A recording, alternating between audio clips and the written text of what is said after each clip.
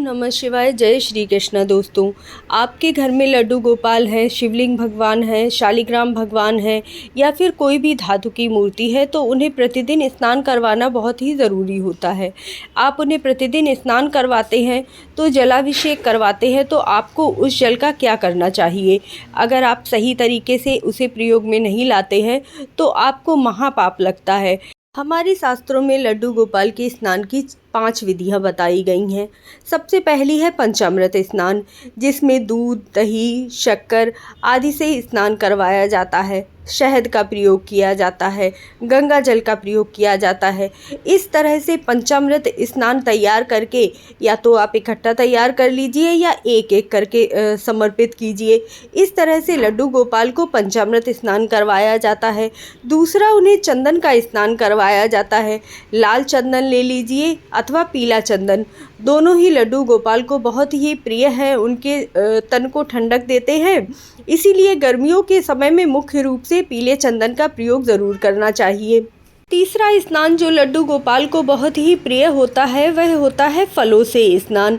आप अनार ले सकते हैं, जो भी रस वाले फल होते हैं, मौसम्बी ले सकते हैं, उनसे भी लड्डू गोपाल को स्नान करवा सकते हैं। चौथा स्नान होता है जल स्नान। शुद्ध जो भी जल आपके घर में है उस जल से भी आप स्नान करवा सकते हैं, उससे भी लड्डू गोपाल प्रसन्न होते हैं। आप ज़्यादा व्यवस्था नहीं बना पा रहे हैं तो आप सादा जल से भी स्नान करवा सकते हैं। पांचवा होता है मन स्नान, अर्थात आप जल से भी स्नान नहीं कर पा रहे हैं किसी भी व्यवस्था की वजह से, तो आप सिर्फ उनके पास में 1 लोटा जल रख दीजिए और उनका रूमाल रख दीजिए और बस उनसे बोल दीजिए कि प्रभु हम आपका स्नान करवा रहे हैं। इस तरह से आप 5 तरह से लड्डू गोपाल को स्नान करवाते हैं। स्नान करवाने के पश्चात आपको इस जल का क्या करना चाहिए? मेरे चैनल को सब्सक्राइब कर लीजिए अगर अभी तक आपने नहीं किया है, और कमेंट में एक बार लड्डू गोपाल की जय अवश्य लिख दीजिए। सबसे पहले तो जो भी आपने स्नान करवाया है उसे अपने घर में ज़रूर छींट दीजिएगा। इससे आपके घर से सारी निगेटिविटी दूर हो जाती है। उसके पश्चात आपने जो पंचामृत स्नान करवाया है आप उसका आचमन ज़रूर कीजिएगा। थोड़ा सा ही सही, लेकिन आचमन ज़रूर कीजिएगा। अब इसमें दूध और दही मिला हुआ है तो आप इस जल को पौधों में डाल सकते हैं या फिर चाय में प्रयोग कर सकते हैं, तो इस तरह से भी प्रयोग कर सकते हैं। आपने जो चंदन स्नान किया है उसे आप ग्रहण नहीं कर सकते, क्योंकि चंदन में बहुत सारे केमिकल मिले हुए होते हैं, तो आप इन्हें अपने पौधों में डाल दीजिएगा। तीसरा होता है फल स्नान।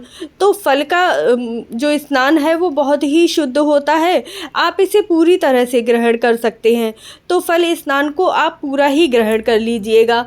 चौथा होता है जल स्नान।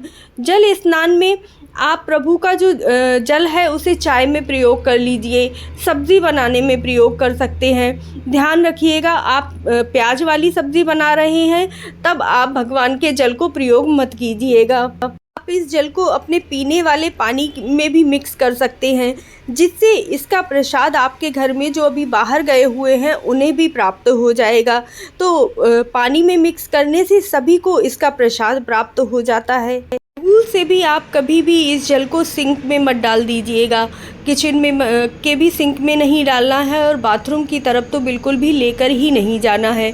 अगर आप पौधों में भी डाल रहे हैं तो इस तरह से डालिएगा कि किसी के पैर उसके ऊपर ना पड़े, ये भी ध्यान दीजिएगा।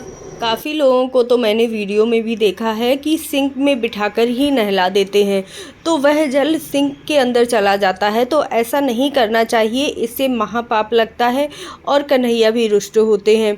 तो आज की मेरी पूजा भी पूरी हो गई है। लड्डू गोपाल को फलों का सुबह भोग लगा दिया है और इस तरह से पूजा, उनका श्रृंगार भी पूरा हो गया है। इस तरह से पूजा पूर्ण करने के बाद हनुमान चालीसा का पाठ ज़रूर कर लीजिएगा और उनकी माला का जाप ज़रूर कीजिएगा। ओम नमः शिवाय। राधे राधे।